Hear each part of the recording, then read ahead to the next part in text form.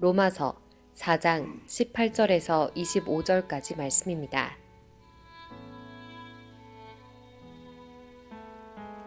아브라함이 바랄 수 없는 중에 바라고 믿었으니 이는 내 후손이 이같으리라 하신 말씀대로 많은 민족의 조상이 되게 하려 하심이라.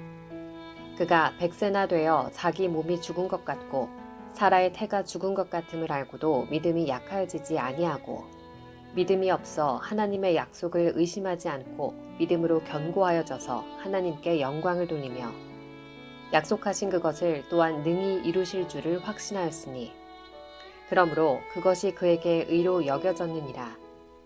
그에게 의로 여겨졌다 기록된 것은 아브라함만 위한 것이 아니요 의로 여기심을 받을 우리도 위함이니 곧 예수 우리 주를 죽은 자 가운데서 살리신 이를 믿는 자니라. 예수는 우리가 범죄한 것 때문에 내줌이 되고 또한 우리를 의롭다 하시기 위하여 살아나셨느니라. 오늘은 절대 신앙의 위력이라는 제목으로 일산 좋은교회 정규진 목사님께서 말씀을 전하시겠습니다. 할렐루야. 우리 성도들에게 오늘도 하나님의 은혜가 크게 임하시기를 바랍니다. 우리 예수님께서는 할 수 있거든이 무슨 말이냐, 믿는 자에게는 능치 못할 일이 없다라고 귀신 들린 아들을 데리고 나온 아버지를 향해서 말씀하셨습니다. 할 수 있다. 그리고 너희가 만일 믿음이 한 겨자씨만큼만 있으면 이 산을 명하여 여기서 저기로 옮기라 하여도 옮길 것이요 또 너희가 못할 일이 없으리라 라고 제자들에게도 믿음의 능력에 대해서 말씀을 하셨습니다.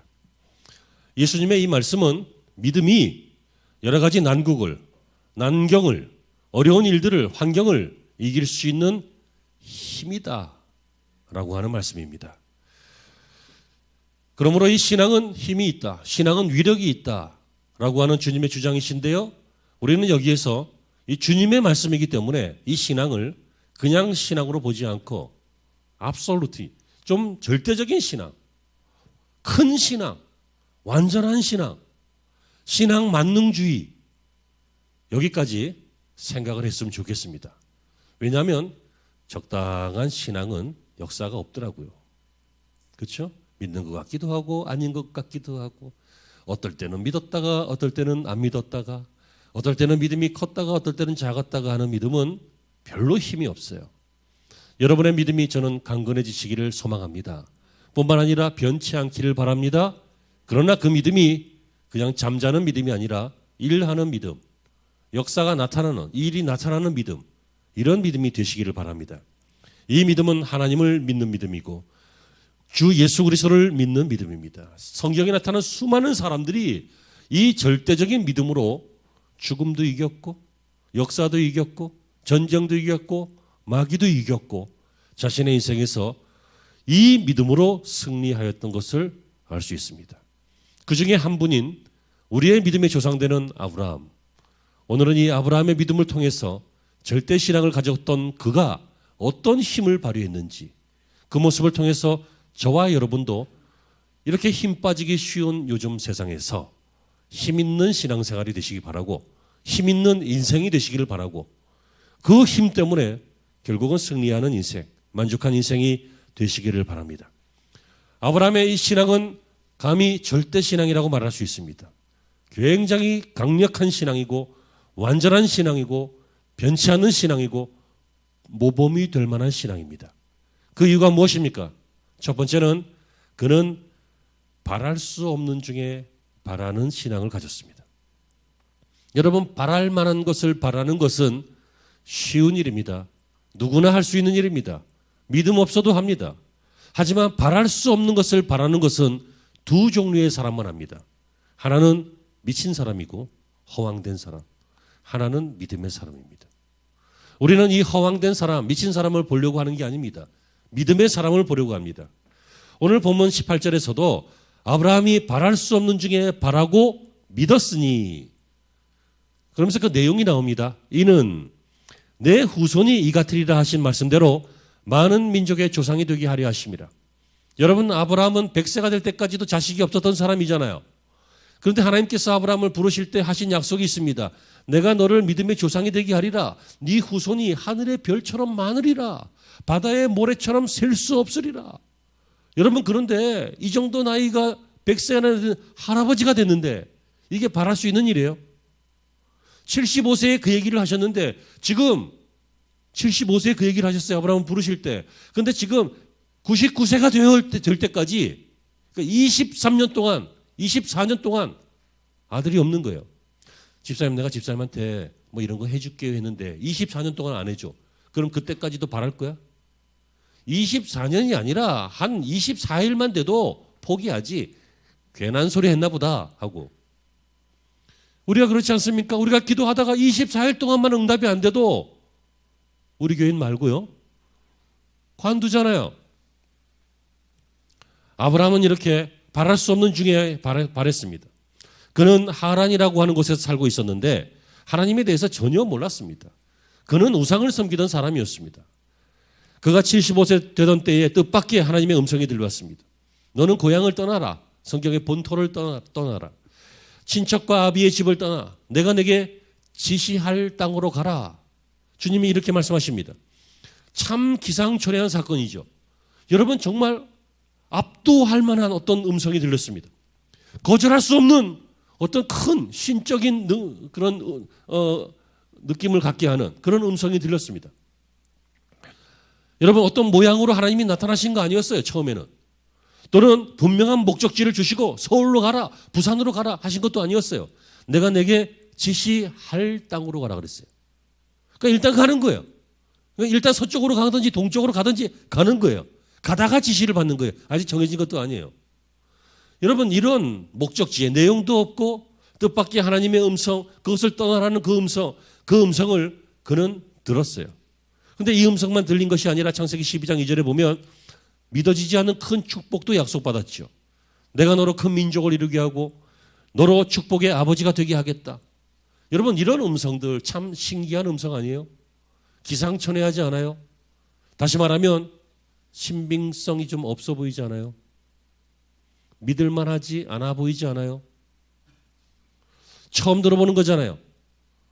그런데도 창세기 12장 4절을 보면 이에 아브라함이 말씀을 쫓아갔고, 여러분, 그래서 기독교가 말씀의 종교인 것입니다. 말씀하시는 하나님, 말씀으로 세상을 지으신 하나님, 말씀으로 약속하시는 하나님, 말씀을 믿으면 구원 주시는 하나님, 이 말씀이 기독교 신앙의 핵심입니다. 그래서 아브라함이 여호와의 말씀을 쫓아갔고 롯도 그와 함께 갔으며 아브라함이 하란을 떠날 때 그의 나이가 75세였다.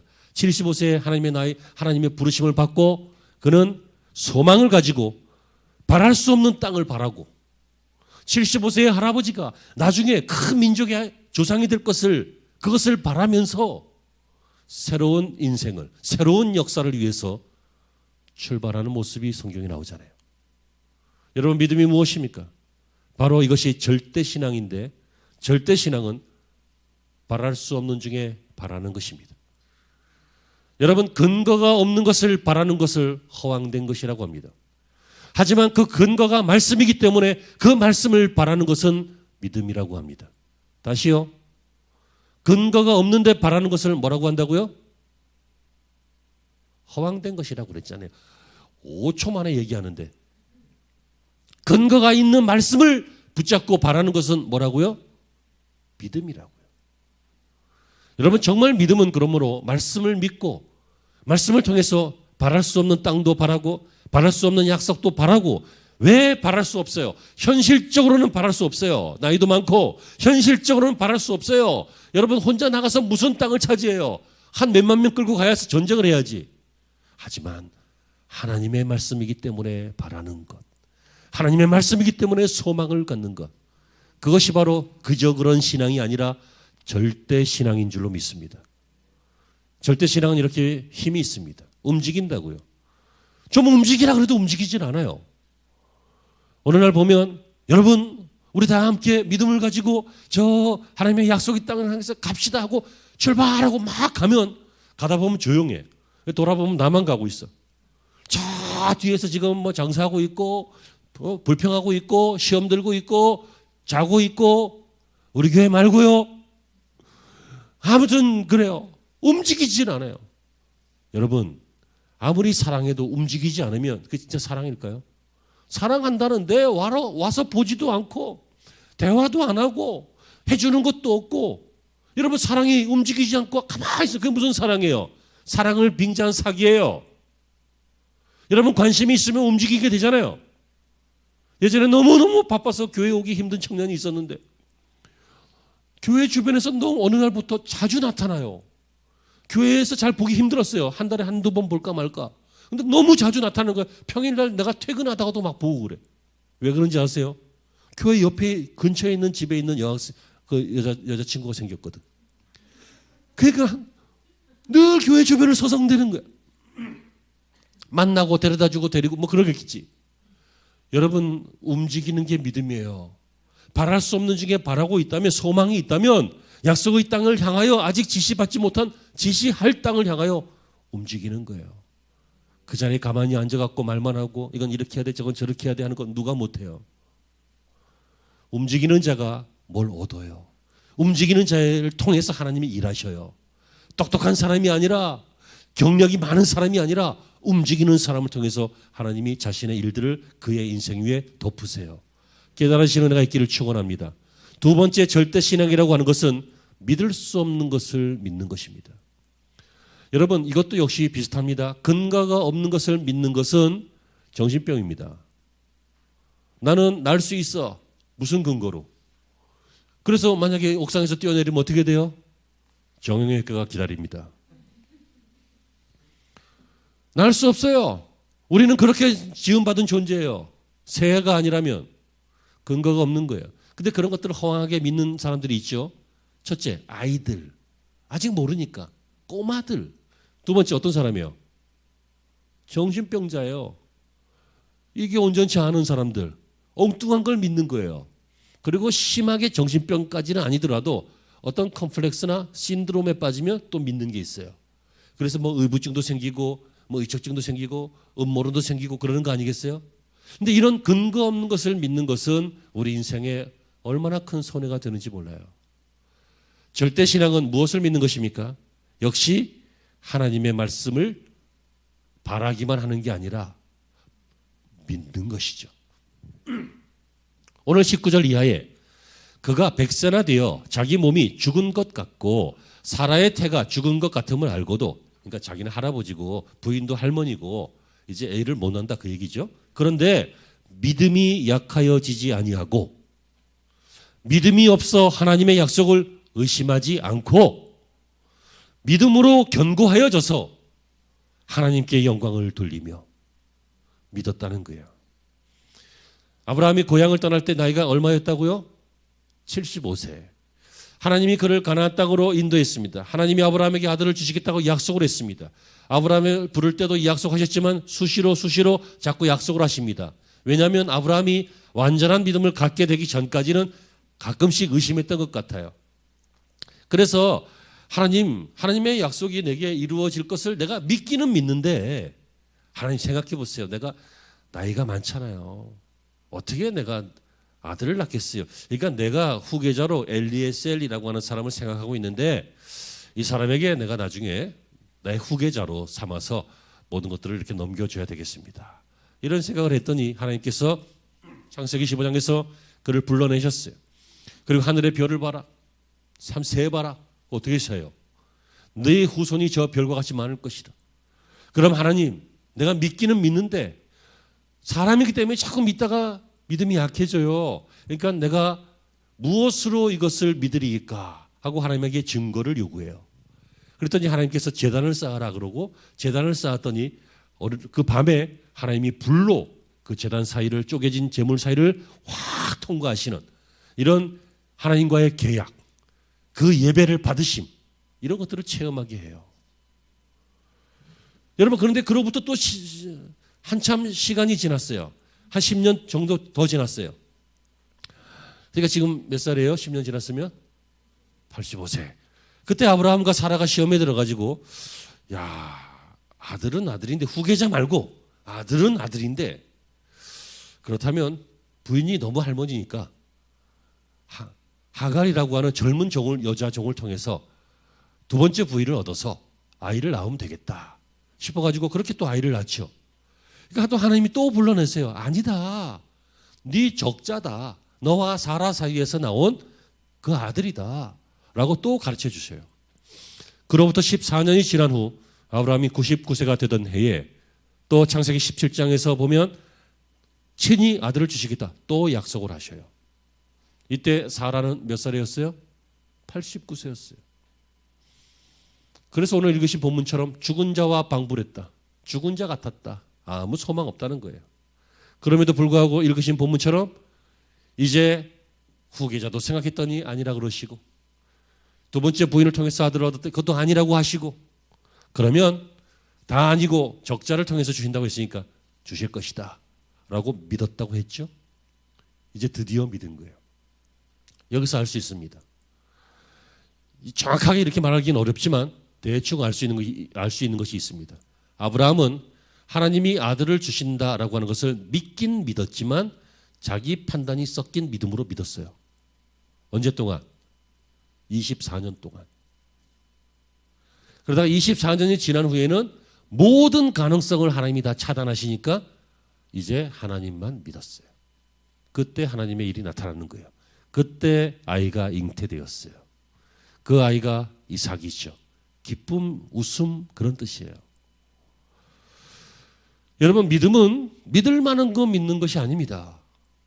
내 생각과 막 섞어서 그래 이건 믿을 만하고 이거는 뭐 이런 거 아닐까 저런 거 아닐까 해석을 해서 적당하게 버무려서 그렇게 믿으며 우리가 겪고 있는 이 문제가 뭐 굳이 하나님의 징계라고 해야 돼? 이것은 자연이 반란을 일으킨 것이고 자연에 대해서 너무도 학대하고 하니까 거기에 대해서 자연이 이 보호 기제를 방어 기제를 발휘하는 것이고 너무도 세련되고 합리적인 말처럼 보이지만 믿음은 하나님을 믿는 거예요.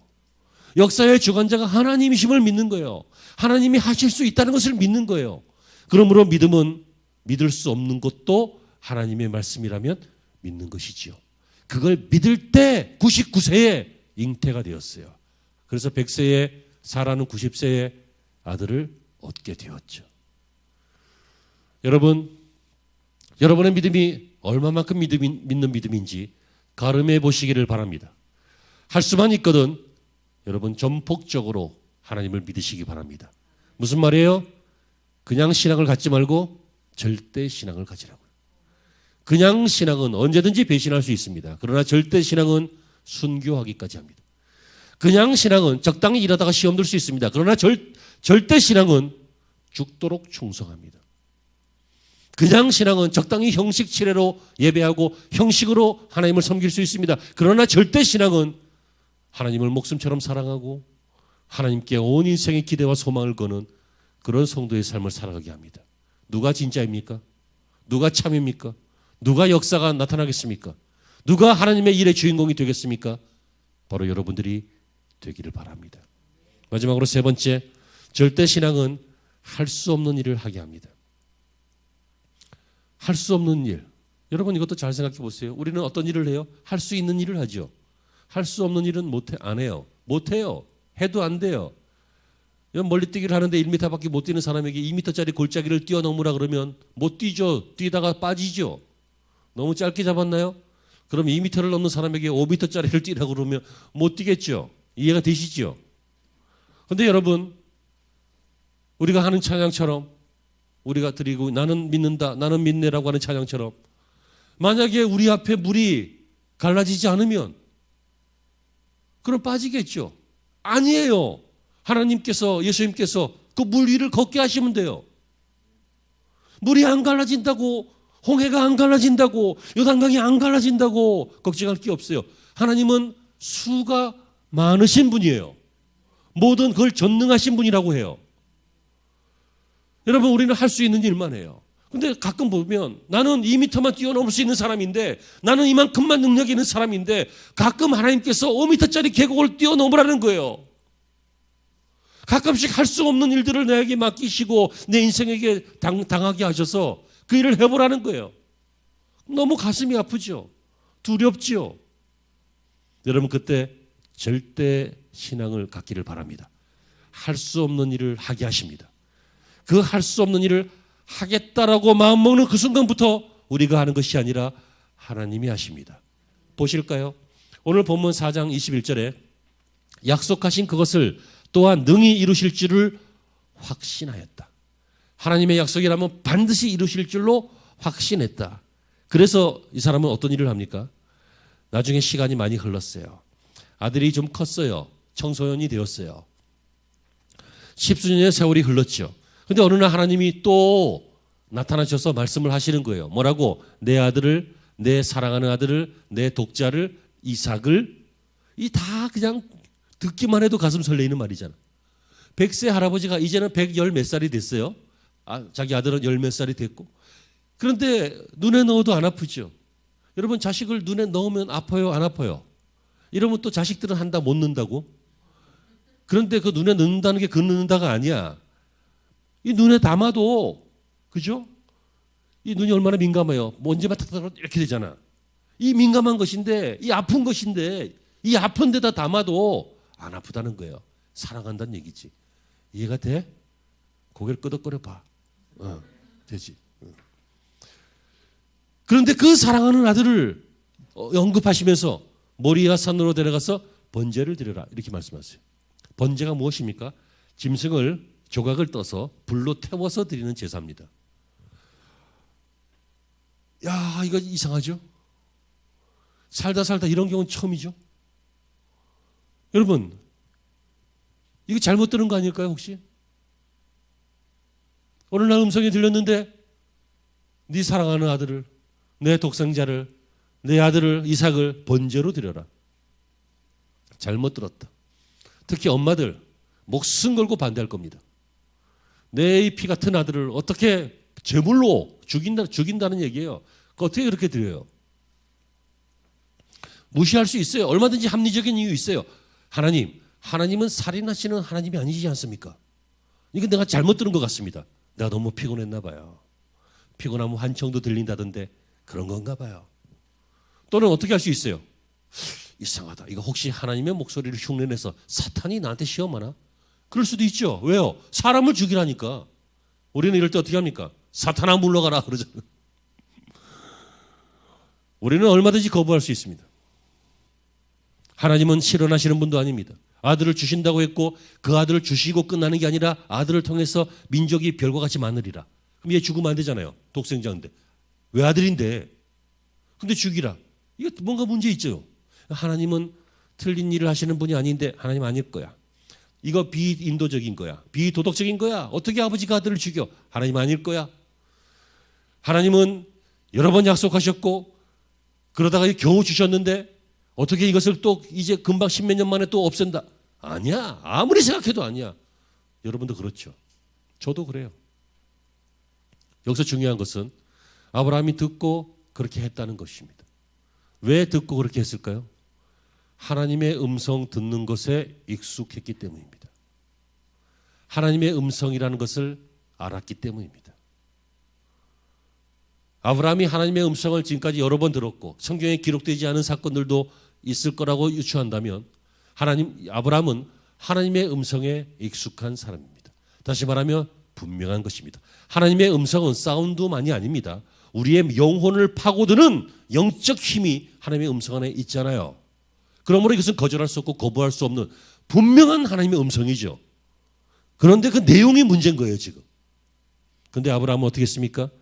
지체하지 않고 다음날 아침 일찍 번제할 나무와 불을 준비해서 종 몇 명과 함께 아들을 데리고 하나님이 지시하시는 그 산으로 출발했습니다. 3일길입니다. 이 3일길도 여러분 뒷동산에 가서 하라 그러면 그냥 미친 척하고 후딱 해치울지 모르겠지만 3일길을 얼마나 힘들게 갔겠어요. 3일 동안 얼마나 번민했겠어요. 아들은 물어봐요. 번제하러 가시면서 재물은 어디 있어요? 물어봐요. 재물이 자기인 걸 모르고. 부인에게도 얘기 안 하고 다음날 아침 바로 일찍 갔어요. 여러분 어떤 일은 부인하고 상의하면 안 돼요. 오해하지 마시기 바랍니다. 분명히 엄마들은 목숨 걸고 말려요 이거. 어떤 경우는 아빠가 말리는 경우도 있겠지만 하나님은 어쨌든 사라를 부르신 것이 아니라 아브라함을 부르신 것이기 때문에 아브라함에게 이 일을 지시하시는데 아브라함은 그 번민과 그 고독의 시간을 보내서 그 산에 올라가서 아들을 결박했습니다. 그리고는 칼로 제물로 바치기 위해서 아들을 찌르려고 하는 순간 우리가 아는 바와 같습니다. 하나님이 아브라함아 아브라함아 두 번 급히 부르시면서 더 이상 이 사건 이후로 아브라함의 믿음을 시험하지 않으셨습니다. 마지막 시험이에요. 됐다는 거예요, 이제는. 그리고는 하나님께서는 친히 준비하신 숫 양으로 번제를 대신 드리게 하여서 아브라함이 믿음으로 자기 아들을 데리고 모리아 산에 오를 때 하나님께서는 순양 한 마리를 모리아 산에 오르게 하셔서 또 아브라함이 자기 아들을 결박할 때 하나님은 가시떨기로 덤불로 그 순양의 뿔을 결박해서 아브라함이 그를 죽이려고 할 때 하나님은 그것을 말리시고 하나님께서는 순양으로 대신하여 예배를 드리게 하시고 훗날 하나님께서는 이 땅에 친히 오셔서 그 몸을 우리를 위해서 친히 드림으로 우리의 죄를 사하시는 그런 일을 하신 분이 하나님이십니다. 아브라함은 이걸 믿었다는 거예요. 여러분 너무 놀랍지 않습니까? 이런 경험이 한 번도 없어요. 경험이 있다면 믿겠죠.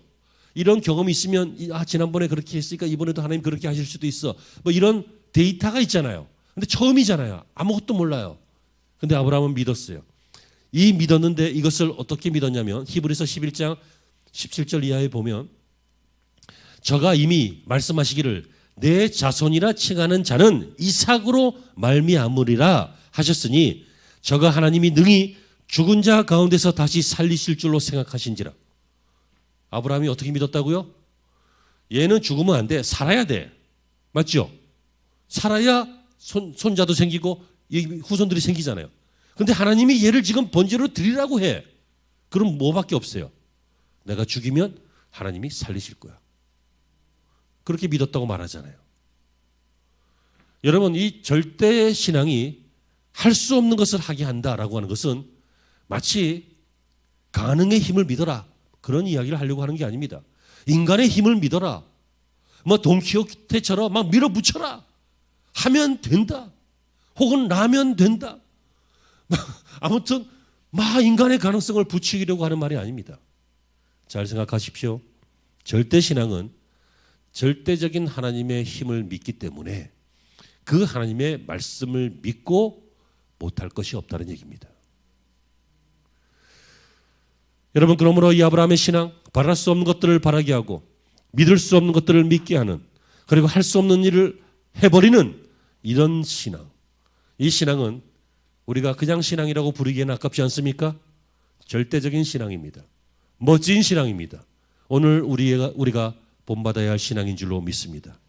그러므로 여러분 이런 신앙으로 아브라함이 하나님께 의로 여김을 받았던 것처럼 우리가 이런 신앙을 추구하고 연습하고 힘쓰고 부딪히고 이렇게 나갈 때 하나님께서는 우리를 기뻐하시고 우리를 도우실 줄로 믿습니다.